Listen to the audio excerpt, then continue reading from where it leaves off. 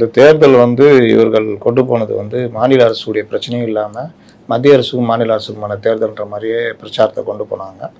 பெரும்பாலான இது விளம்பரங்கள்லேருந்து எல்லாமே இவர் ஏதோ ஸ்டாலின் இருக்கிறதுனால தான் தமிழ்நாடே உரிமைகள் எல்லாம் மீட்கப்படுது, அவர் மட்டும் இல்லைன்னா அவ்வளோதான் தென்னிந்தியாவே காப்பாற்ற முடியாது அப்படின்ற அளவுக்கு அவரை பில்டப் பண்ணுற அளவுக்கு அந்த ஸ்ட்ராட்டஜி டீம் பண்ணுறதெல்லாம் பார்த்தோம்.